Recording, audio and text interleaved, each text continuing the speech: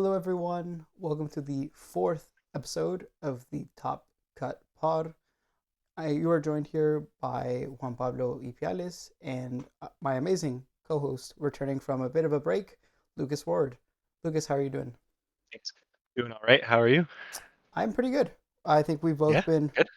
pretty busy with you with work, me with school. Unfortunately, both of us haven't really been able to play too much competitive Pokemon, but nonetheless, Mega's out. It was an amazing regional to see with all the cool Mega cards. Uh, and yeah, I was excited. I've been playing a lot of Pokemon online, and there's just so much Pokemon to play. And I think for the first time in a long time, it feels very fresh.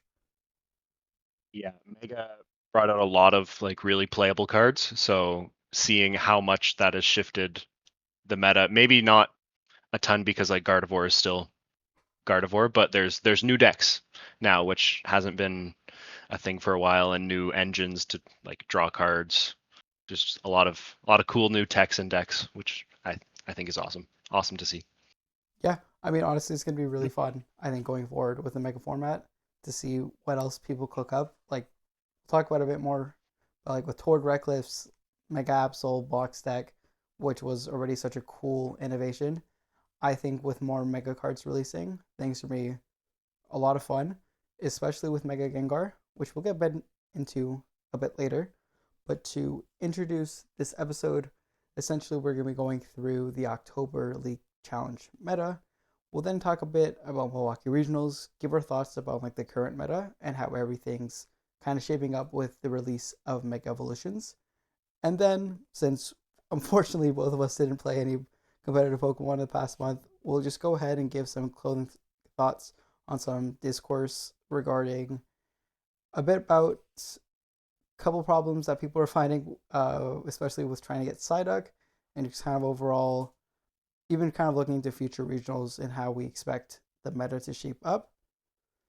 So, if we go into our October League Challenge, it all seems like a very normal meta distribution.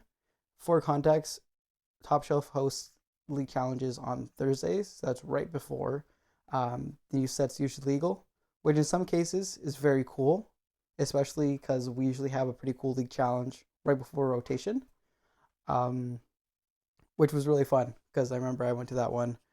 I played Gardevoir with Kirlia Refinement, and that was just fun. Just to have like a bit of a retro style kind of right before the new format. But Lucas, But there is one thing missing from our meta share, which has not been missing very often. There's no Dragapult. there So is. nobody played Dragapult at the whole tournament, which is I wasn't there for the challenge, so I didn't run this month's, but when I first saw that that was kind of crazy. So my thought behind why there was no Dragapult, so I've been playing Dragapult for a very long time, but I just got tired of it. So my guess is people are just getting tired of it and then they're just wanting to try something new. But seeing no Dragapult, even though like it's still an amazing deck, very powerful, but yeah, people are I think just tired of how repetitive it is. But yeah, Yeah, that's my guess, but I don't know for sure. I think you Mhm. kind of got it right on the money. I think people have been really tired to play Dragapult. I think kind of like the main difference of why we may still see a deck like Gardevoir compared to Dragapult, which there were three overall Gardevoir, but I decided to split them up to Gardevoir Jellicent just because they do play quite differently. I think the difference is skill ceiling, kind of like what me and Enzo were talking about last month. You have Gardevoir, which has been a deck for a long time, but if you're trying to grind that deck and get really good at that deck to bring it to regionals, the chances of you getting sick of it aren't as high, in my opinion, compared to like Dragapult, especially with just how apparently bad that Dragapult Gardevoir matchup is. Especially like every single time we see on the stream, it's just the Gardevoir player kind of playing around with the Dragapult player. Even when they prize everything, they can still win the game because of Elixical Fairy with Mew if they're just able to attach energies to it. So I think yeah, people are getting bored. Um, my favorite thing here is again Marco talked about him last month. how he brought the Ethan's Ho-Ho box deck and did relatively well. He finished top three last month, and now he's won the challenge. Um, yeah, I love Marco as a player. He's been bringing so many cool decks, and I think Terra Box was a really good read of the local meta. I think if you look at last month, I don't think a single deck played any sort of bench protection, and I think Marco usually is on Terra Box from what I when it comes to play at locals. And for the challenge, he made the right choice. I think he probably had a very easy time with how it shapes up. No bench protection. We still didn't have the 100 HP Curlias, so they're very much still in range, even with the 100 HP Curlias. And yeah, anything you have to shut down, it's really easy. I'm assuming that he either played some Mist Energies, which he did, but if he isn't able to get them on, can't protect his bench still because it is damage, not damage counters. So it's good against Dragapult, not good against Wellspring. And what are your thoughts on kind of like Terra Box in the meta? Do you think this is kind of just like a more of a local thing, or do you think it has its place at bigger tournaments too? I mean, it definitely has its place at bigger tournaments. The main thing is just people aren't, like you said, like people aren't playing Shaman. So there's no like people aren't playing Shaman just because I think like the top players don't really play Shaman, so that usually trickles down to people don't play Shaman. That's my thought process at least. If someone that's better than me says you don't need Shaman, I don't use Shaman. So the thing is like the top players are able to adapt to not having Shaman, which is, and then at the local level, this is why I think Terrabox succeeds in situations like that, just because maybe people are just copying a deck list. They don't know how to play around Terrabox without Shaman, but the top players, they don't need to play Shaman because they know what they're doing. They know if someone's playing a bench snipe deck, you do exactly this. If that, I think that sort of makes sense. That's my thought. But like Terrabox is, even without the Wellspring, like everything else in the decks is very powerful. Like you have Noctowl, which is insanely strong. Search for 2 cards practically. So you can do whatever you want most turns. And then Marco specifically has been playing Terrabox for a long time, or like decks that use Noctowl. So he's, I think, maybe mastered the sequencing of Terrabox. So seeing him succeed with it, it's not really big surprise to me. I think. Yeah, I mean, yeah, Marco's been playing it for a long time. It was really funny because I think was the last month's league challenge he decided to bring Gardevoir for whatever reason. He lost and he immediately was like, I'm never playing this again. I can't wait to bring I Terrabox. think that might have just been a local, but yeah, I know exactly what you're talking about. He played Gardevoir one week and he's like never again. Yep, Yeah, I remember that. he brought it. They didn't give him any too much success. But again, like I love how much decks we're seeing. Like even just the one pick of Charizard, I think it just shows that people are trying to pick new things. I think definitely again, kind of having our challenges right before rotation, kind of, I think it makes people want to play decks that might not be good going into the next format. Um, but like I think kind of what we saw from regionals, it seems like Joltik Goldango seems to have a bit of a harder time in this meta. Um, Zoroark is kind of having a bit of a harder time now with like these huge HP Pokemon, and the Gardevoir matchup still being really good, but there was a lot more things on the in Milwaukee specifically. Like we saw Sterilege be the number one deck, so definitely saw a Mhm. lot of things. One Raging Ball pick. I mean, I think there's always going to be a Raging Ball player regardless. It's just a very comfy deck. Yep.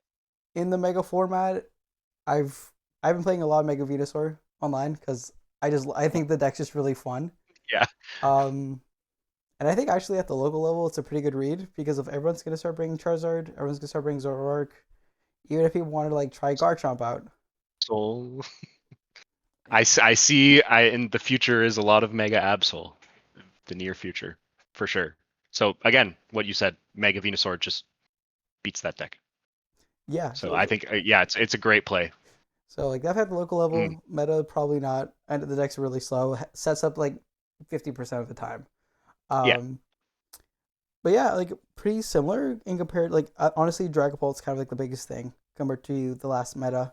We still have a lot of people kind of trying out. Um, Again, Owen again with Hydreigon, which I think is such a fun deck, such a cool deck. And again, I talked about it last month.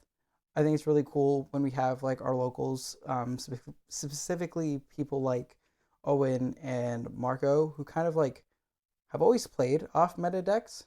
Um, Only anytime I've seen Owen really play like a meta deck has been during some sort of like locals, kind of just messing about. But it's really cool to see how Owen and Marco have kind of built their competitive local like career at Top Shelf with focusing on very niche decks, and Yeah. it's just cool. Like I think it adds so much freshness to whenever you come play a Top Shelf. Um, like if you want to give your opinions on it, me and Enzo were talking about it last month, where it's like we feel obviously maybe a little biased, but our shop has such a cool meta, such a diverse meta that you're not really gonna find anywhere else. And it feels like when you come to play a Top Shelf, you can kind of do and play whatever you want as long as you're really comfortable with the deck. Since the meta is so diverse, you're probably gonna be able to do well with it, unless you get like unlucky with matchups.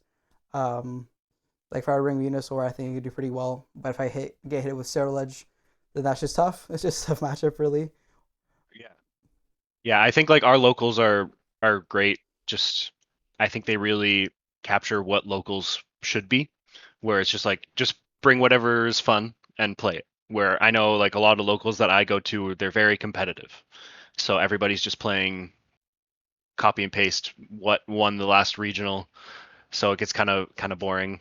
But our locals, again, like you said, very diverse. People just bring what they think is fun. And you can see that from our League Challenge meta. Just everyone's kind of playing whatever they want, and you see there was like the yeah, like you talked about Owen, like playing Hydreigon. He did pretty well with that. So you just bring whatever you want. If you know what you're doing, you'll do well. Which Owen has shown he definitely knows what he's doing with Hydreigon. So yeah, it's pretty awesome. Yeah, I love it. Like Pidgeot control Mhm. deck at a local, I don't Yeah, think when was the last time you're gonna see Pidgeot control. Um, and I've seen people using it with Kangaskhan too. So kind of like what I really want to get into. Now that we kind of compared a little bit, before we move on, we can do a quick recap of what's won here at Top Shelf. So far, our winners for this season have been one Grimmsnarl. That I thought that was going to be the only Grimmsnarl, but with how Milwaukee shaped up and how we saw a couple of matchups, seems like Grimmsnarl might be a good play again overall. One Dragapult Dusknoir, which is our Cup winner by Nolan, and then Hugh won our, I believe, was our August League Challenge with Gardevoir. And then right now, our most recent winner with Marco with Terra Box. Again, I think this shows how diverse our meta is. Um, actually, I do think so that Dragapult Dusknoir, Nolan won our cup and our challenge with it. yes. So I think this graphic you made is accurate for just challenges. Yeah. Yeah, Yeah. just for challenges. Mhm. So it's pretty cool. And yeah, obviously, as you said, Nolan won our cup with Dragon Ball as well. I'll make another graphic when we have a couple more results for cups. I Oh, can't wait for of cups. course. Cups are gonna be so Yeah. fun. Um, and yeah, like again, I think it's really cool to have Terra Box win, to have all these different decks win. And again, when I was making the metadata, it's always really interesting, um, because I thought it was gonna be a lot like our September Q1 Cup, where it was like a couple decks and that's it. Um, that's been the only experience I've had where I have like five, six decks and I'm going through them. I'm like, oh, these are Gardevoir, these are Dragapult. But every single time it's our meta, it's like I have to like triple count because there's so many just one ofs, and I Yeah. personally love that. It's makes the game really refreshing.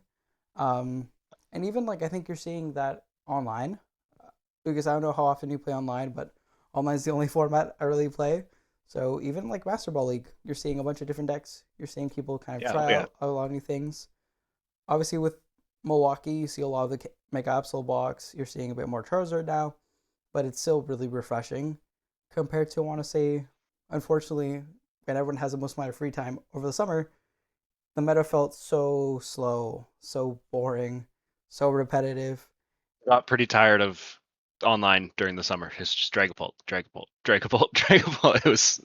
It got annoying.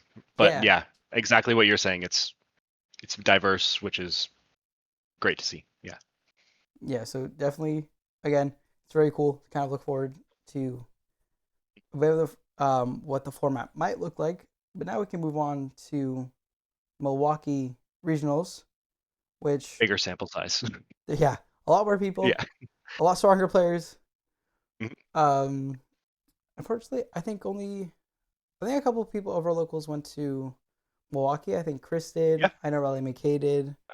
Uh, John, Um, I think John also went was to there. Milwaukee, I believe. Um, Mhm. so the cool thing about the closer ones, we see a lot more Canadian representation, and what we do see is a Canadian taking it home, which is always nice. So I think, awesome. Yeah.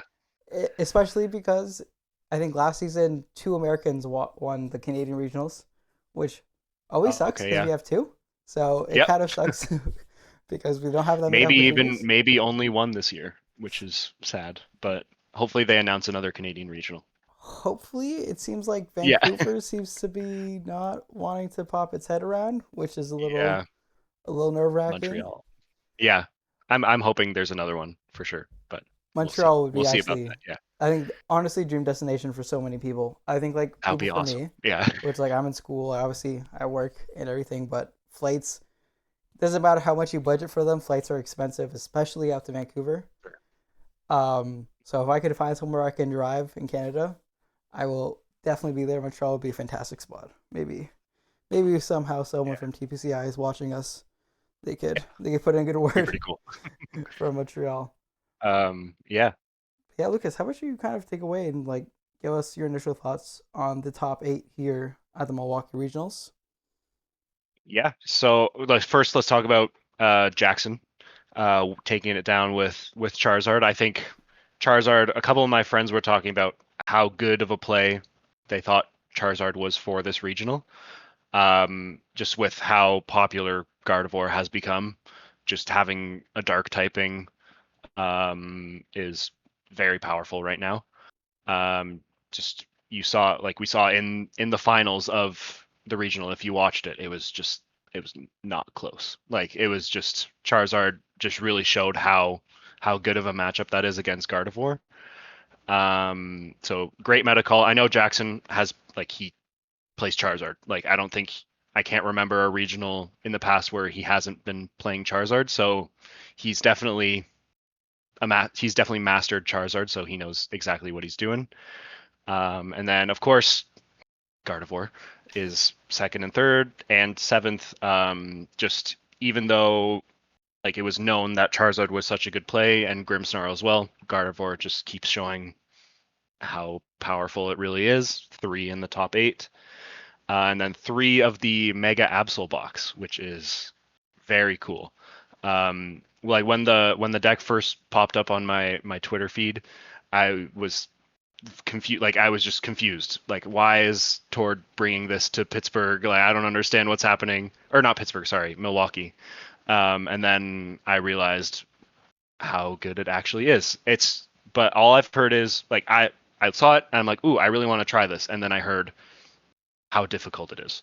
So I'm like, maybe I don't want to try this. That's what I've heard for the most part. It just like it did so well in Milwaukee because there were so many really strong players playing it. I think I literally think, the best in the world. Like we had Ryuki yeah, oh yeah, Iwata, Rahul Reddy, Tord Redcliffe, um, mhm. Yeah, like towards whole group, Tord which whole is group like like Jonathan Ang. Like I'm listening to a lot of yeah, podcasts this week, and almost like every top player was like Rahul Reddy summary video, John mhm. Egg I summary watched that today. video. They're Yeah, like, yeah, I was gonna play another deck, and then Tor just like looked at me and was like, "You have to play Mega Absol box." And again, like the fact that we have three in top three, top eight, and I think yeah, we see these are all kind of like part of like if you guys are privy at all to the Tord Redcliffe group, it's kind of like a pretty huge group of players. Like not really a playtesting group, like we'd say the Ahmed Henry Chow group, or like the Azul Greg Garcia testing group. Has like a couple players. It's like a huge group of like the world's best. Yeah. Sometimes they all kind of choose the same thing. Sometimes they kind of divert. Like the past, like Worlds, they went very differently. The testing group as a whole went really differently as a route. Um, Same with I want to say the last regionals. I feels like they also kind of just like we're choosing what they want to play. But I think toward a European player coming out for regionals, a player at his level coming out all the way to America out of regionals, is because he had something cooking. I mean, we had Riki Okada, who is known to travel, but if he's playing a deck that Tord like kind of gave him, it's like okay, this is insane. Um, Real deal. yeah, Yeah. you were saying about difficulty. I actually underestimated this deck because I was like, oh, this is sick. So I played it the night of after day one had finished. Mhm. I It was a slug of losing just like 6 games in a row. And then finally kind of getting the hang of it, but it is definitely a massive skill level deck that I think. Yeah. It's like the one deck I'm like sort of debating buying a masterclass for, just because because I mean watching Rahul's video today, like he was telling everyone like Tord's probably going to do a masterclass on this, and I like just going over all the matchups of like how you have to exactly set up in each matchup, like with the precious trolley, just set up your board exactly how you need to. Learning that I think is a huge first step with this deck, just like knowing your lines into each matchup. But just looking at the deck, I'm like Mega Kangaskhan, like you attack with that, like you're flipping coins now. That's pretty cool. Um, but I mean, of course, like the Cornerstone Ogre Pawn are just like very strong into specific matchups. Those ones are, I think, to me, self-explanatory, like Goldango and Charizard. Um, but then how you beat the other decks with Turbo Energize and Monkey Dory and all that stuff is it's really cool, but really in depth and like technical of how to beat each matchup. And I think we saw this if people who watch the regionals, if you go take a look at day one, and people are fantastic in the YouTube comments. They always put the timestamps. If you look, I think there was like 3 games day one that had the Mega Obstacle box. You could see when players kind of picked this up last minute, and it really showed in some matchups. I forget specifically the matchup, but there's one in day one where, due to kind of not wanting to be as aggressive, the Turbo Energizer didn't set up the Absol, which like kind of lost him the game. And it's like decks like these I love, where it's like one decision will mess up your entire game. Because in my opinion, it means that there's so much opportunity to learn not just the deck, but I think Pokemon overall. There's so much opportunity to actually learn how to play Pokemon, how to get really good at Pokemon. It's going to take a long time, like it were if you're to pick up Gardevoir, but there's so many options. It has a good Gardevoir matchup, and there's so many things that can kind of be done compared to some other decks like Dragapult that kind of do get repetitive after a time. Like regardless of the matchup, you know what you're doing. You're getting your Dragcloaks out. You're getting your Dragapult. You're making sure you're attaching energy. Use Mucky Dory if it's a mirror. Use Mucky Dory if it's a spread deck. Very kind of like linear Raging Bolt. Same with Goldango. Maybe now with the Lunastone, a bit more deck expression, a bit more skill expression. But overall, it's always been such a very, very simple and kind of straight to the point um, decks. But now we have now we have Megapixel Box, which has so much depth to it. And I love decks like these. Um, Something that did kind of also really pop up to me is how you were mentioning, Lucas, the really good play Charizard and Grimmsnarl were for this weekend. And we haven't seen Grimmsnarl in 2 months at our local level. I know you were a big enjoyer of Grimmsnarl. I was a very big enjoyer of Grimmsnarl. So how are you feeling about like the future of Grimmsnarl and how this regionals and overall the mega format might kind of help out, especially with like cards like Psyduck and really just Psyduck and maybe Megapsol. I don't know if people included it in their Grimmsnarl list. I didn't see. I think a big part of it is Lily's determination too. Just like the reason I stopped playing Grimmsnarl is because you relied so heavy on like consistency supporters, and just having another consistency supporter just to like help you be more consistent, is really helpful to that deck. Just because when I was playing it, I found I was top decking a lot. Maybe that's just because I was making mistakes along the way, but just having more access to supporters that help you play the game is, I think, very helpful for Grimmsnarl. So the Lilies is very, very powerful. Of course, it's such a strong card. And then again, like you said, the Psyduck, just because like getting one shot because of a Dusknoir is not great. So having the Psyduck is always a great thing is just powerful. Being able to stop things from blowing themselves up. Um, and yeah, I think that's like those are the two main things, and then just like Gardevoir having dark weakness is awful now that there's three really strong decks, dark type decks. Um, but yeah, that's why I think that's why it's been a lot stronger now. So, nothing really to show. Um, Personally, on my side, I've just been playing so much Pokemon online, having so much fun, playing a bunch of decks, Conqueror, Garchomp, Mega Absol Box, trying it out. Even Gardevoir has been like quite refreshing since I hadn't really played Gardevoir for a really long time. But Lucas, kind of something I did want to touch upon here is we talked about how important Psyduck was, but there's been a bit of online discourse on how difficult it's been to get a hand on a copy of Psyduck. As and Secret Box have been dethroned for the most expensive support cards. Yeah, so it's just I think like I mean I don't know of course if they're going to be reprinting Psyduck. They better, Yeah, because having it be in a three pack promo, and it's not even every 3-pack blister of Mega has a Psyduck. Um, I would be very surprised if they didn't reprint it. Um, but just having such a strong and important card be so limited in printing, is kind of weird yeah. to me. But again, like I'm sure they'll reprint it, so I'm sure they'll sort everything out. But just you were telling me I hadn't looked at the price, but you were telling me before this they're like $20 each now.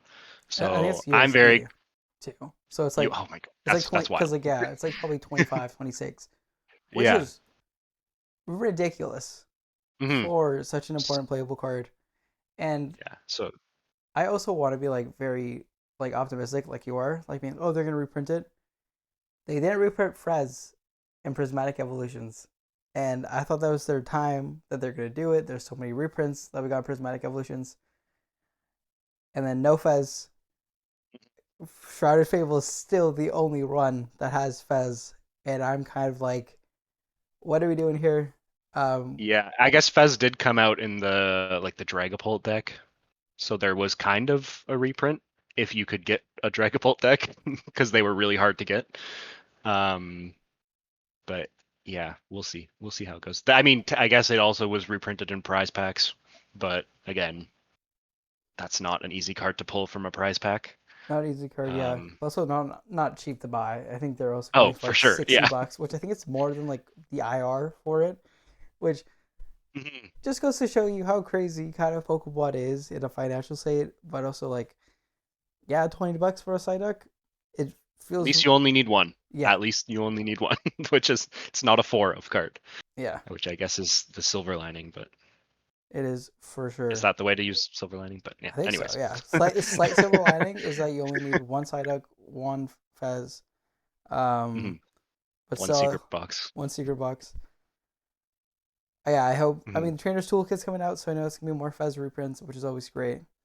Um, but yeah, I completely agree with you. Like, whenever we get one of those weird sets, like Prismatic Evolutions, where they kind of just decided for the North American release to do a lot of reprints, like the English reprint, like the non-Japanese reprint set, Yeah. to do so many reprints. I hope once we have that, we will see the Psyduck.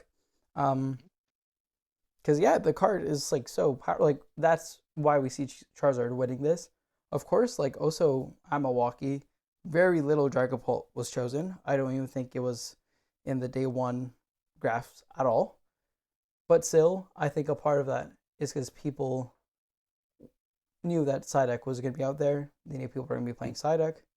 And I think that's kind of just like what happens. So hopefully more people can get their hands on them. I was seeing a lot of conversation on Twitter about people joking about how vendors were being surrounded by so many players trying to get a very desperate last uh, last draw or like whatever to get the side art card. So it kind of sucks from a playing standpoint. Um, but how overall, how have you been feeling with this meta? Have you been playing a lot online? Like, how are you feeling with the new mega cards? Yeah, I love it. I've been playing specifically a lot of Ceruledge, just because I loved that deck before rotation with Greninja and Greninja and Palkia. But now it's becoming more of a relevant deck with the Lunatone and Solrock, just like having a draw engine, and the draw engine includes discarding energy, which is your main thing that you have to do in that deck. So it's been a lot of fun. I've played a little bit of Venusaur, not too much, not as much as I thought I was going to, just because I love the idea of that deck. But I've seen a few people that actually did like pretty decent in Milwaukee with Venusaur. So seeing those lists now, I'll maybe try and put a deck together, play it a bit. With like the Regigigas is really cool in that deck. I felt so smart because before those regionals decks came out, I've been teching for it, and Mhm. I think probably the most fun experience I've had is being on the ladder, seeing a Dragon Ball player like having lone Bulbasaur. They set up a bunch, knock out Bulbasaur. I have something on the bench, and then Forest. If like I forgot what the Lust Forest, evolving up all my Bulbasaurs right away, getting my Teal Masks, getting my Regigigas, getting Meganium, Solar. I forgot what it was, Solar Transfer to the Regigigas, retreat, knockout. The amount of games I've done that, and they just concede, which I think online it's always funny when people concede. Definitely they have like ways back, but I think it's been It's such a just such a fast. demoralizing play, like going from nothing to knocking out a Dragapult in one turn is definitely a lot of fun. I love it. So much fun. So Sarah Ledge, what else have you been trying to like look at to try out? Um, the I Garchomp too seems pretty cool. Just I mean mainly because like I'm a Gen 4, I love Sinnoh, so just like having a Cynthia's deck is really cool. So I haven't played it too much, just I've been like getting the cards to build that deck. Um, just nothing like I don't think I'm going to a regional until Toronto, so that's pretty far away. So I'm just now playing with like the fun decks, not the serious decks like Gardevoir and now Charizard because it won the regional, the Absol deck. But yeah, just the fun deck things I find fun. So yeah, Ceruledge, Venusaur, Garchomp are the main three that I think I'm going to be focused on now. Yeah, I think like you made a really good point there. Like not having any regionals to look forward to is like a double-edged sword. Like sad because I'm gonna Hmm. go to these really cool events. Like I only go to Toronto once a year. Meet hopefully Montreal. Now that you brought that in my mind, I could be Like no evidence behind me saying Montreal. It's just another big Canadian city, but yeah, it'd be cool. it'd be really cool. I mean, that's where all the Bandai have the regionals, like um, all the One Piece, the UA. They all have the regionals in Montreal. I mean, Pokemon. I mean, you can't lose that race in Montreal. Yeah. They don't care about Montreal probably.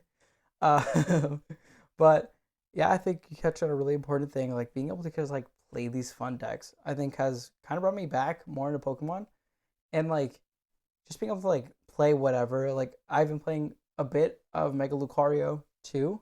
Um, every single time I see Gardevoir, I do auto concede because there's just no point. That matchup's horrendous. You just lose. Right. There's nothing you can do. But like into Dragapult, it's like all of these other decks. It's so much fun just to kind of play with these new mega cards. And I think something I really wanted to touch upon is how Pokemon has handled the three prize Pokemon so much better than they did before in Oh the yeah. past. Like the I mean, VSAR. it's only the first set. It's only the first set, so you don't know what's gonna happen. But I can only yeah, pray. we'll see. Yeah, I can only hope. But like even with the leaks, like the Mega Lopunny just seems like a really cool idea. Like he's gonna throw in the active, do some big damage. Just seems really cool. it doesn't seem too broken though. Yeah, Like it's obviously very strong, but it's not like over the top tag team broken. exactly. So And it's not like people. I know a lot of people are saying like online, especially after since we've seen all these dark decks do so well, being a little bit like worried about like Mega Gengar. At the same time, though, like if you have like what I love about this is that it still allows for one prize Pokemon to be important for these tech one yeah, prize Pokemon because it only takes one prize card less if it's an EX Pokemon. If it's not an EX Pokemon, you can do some really cool things. Like again, we were just talking about the Regigigas, um, but there's been so many cool just like one prizer decks that maybe if they get more support down the line, maybe if we see some better one prizers released with Mega, we're gonna see just such a cool format. yeah. Like the one prize deck that is around Gengar, like with the Toxtricity. I think I'm forgetting there's another dark type deep, pretty strong like single prize Pokemon. So like even like having a single prize deck that's supported maybe by a mega Pokemon is awesome. Just like yeah, I just think that's really cool. Yeah, there's like just so much Hmm Pokemon to play, which I feel like hmm leading up to Worlds, post Worlds, just felt like there wasn't a lot of Pokemon to play because it was like hmm down the ladder. Cool, I'm The playing Dragon Ball. best decks have been figured out. Yeah, it's like cool, I'm playing Dragon Hmm Ball. Getting on the hmm ladder. Cool, I'm playing like a person who just picked up a game who's playing Charizard. Like that's all it was for like the summer, where Yeah. it's like new player with a bad deck, decent player with Charizard with like Dragon Ball, and it was like the same thing over and over again. But Mega's really just made the format just so much more fun. I'm enjoying Pokemon so much more. If there's anyone watching who's been like on the fence, because like at the shop I've had so many people ask about playing Pokemon while they're buying like the Mega Booster boxes or Mega ATBs, go through your Mega Bulk, go look at online lists, because like even if it's not like Mega Venusaur or Mega Lucario, like I've seen some really fun Mega Camera lists out there, Yeah, like some fun with Magmortar and stuff. Yeah, that's those have been cool. like just really cool. Like even the Alakazam deck, which every Yeah, single time I play it on the ladder, I lose because it is impossible. do it Just all like the time. it's Yeah. impossible to do anything. They're just drawing cards. They're just and hmm attacking for like 240 for like even more Yeah, with I one mean, energy. especially with like I've been playing Cerulege. Like I have no way. Like I don't disrupt them. I don't play any Ionos. They just have their huge hand for the whole game, and just one shot me after one shot. It's yeah, And it's it's cool like to see though. Yeah, a new deck to play against is awesome. I'm not mad about that deck. It's just like it's awesome. There's a yeah, new and it's deck. like That's good. That's good. anyone who's like been like wanting to get Pokemon has been on the fence for a bit. Genuinely, at least for the next two sets, hopefully the leaks for like Mega Set 3 aren't like here's this Pokemon that's going to break the game, and it's basically just like ADP Zacian all over again. Right now, go through your Mega Pokemon bulk, go look at really cheap lists. Pokemon Yeah. relatively is a cheap game compared to other TCGs, which I love, and build just a fun deck. I have like it's getting to a point where it's like I have too many fun decks I've built that are fully built. And I can't play them all because I can't go to locals enough. Like the last locals I Oh, went with, I know exactly what you're saying. Yeah. like the last locals I played Zoroark, I didn't pick it up. I'm like, I've had these cards for like ever since Journey Together came out. I just gotta play Zoroark. I think I'm gonna have to do Yeah. that with the Goldango. Haven't been able to bring it out, but it's just like it's fun, and I think kind of something that I've been talking about with a lot of people, especially like people within our community, kind of not caring about the competitive scene as if like translating to the local level has been so much fun for the game. And again, top shelf, the way that our meta breaks down, even our locals, it's just even more diverse. Like, again, someone brought Typhlosion to a league challenge. I don't think you see that a lot of other places. You see people bringing these established decks, but I love that at top shelf we kind of just like all talk about it. We all come in the shop. We all joke about it. We're like, oh, I don't know if I want to play this off meta deck or this off meta deck, and it's just so much fun. Yeah. Um, but yeah, Lucas, I think that's it for the fourth episode. Do you have any concluding thoughts? Um, Nothing other than just have fun playing Pokemon. There's a new set out. Just enjoy the new set. Don't automatically go to what's best. Go to what you enjoy. I think is what you should take out of what we've talked about today. Like, do what you enjoy, which is what we've seen from our local meta and everything. Um, but yeah, I think that's a great place to end it. Have fun playing Pokemon. Yeah, have fun playing Pokemon, Yeah. guys. Thank you for joining us on our fourth episode of the Top Cut Pod. If you enjoyed this episode, please consider giving us a like and subscribing. We don't only do this podcast on this channel. I believe this is coming on Thursday. We just released a Spider-Man collector booster box opening, which, if you don't know anything about Magic, that's totally fine. But you gotta take a look at what you can get from these collector booster boxes. I haven't Definitely finished the watch video. that. Yeah. I haven't finished it yet, but there are gonna be some cool cards. Also, Fern and Mo at the shop are gonna be having the video, and Fern's like a huge Spider-Man fan, so please go give that a watch. We're gonna be releasing some new Warhammer stuff that we just had a huge event for. So there's a lot of content on this channel that if you like any hobby stuff, just subscribe. We're gonna be releasing this. This is a monthly podcast. You're gonna see us again. Um, a lot of cool stuff in TCGs, and like I think nerds are just gonna be having a fun end of the year. We have Avatar: Last Airbender for Magic. Um, more mega Pokemon are coming out, and yeah, good luck everyone with your future Pokemon events. Um, a couple more months to Toronto Regionals, so that's gonna be really fun. And have fun, have fun. Good luck everyone, and we'll see you guys next month. Bye guys. Guys.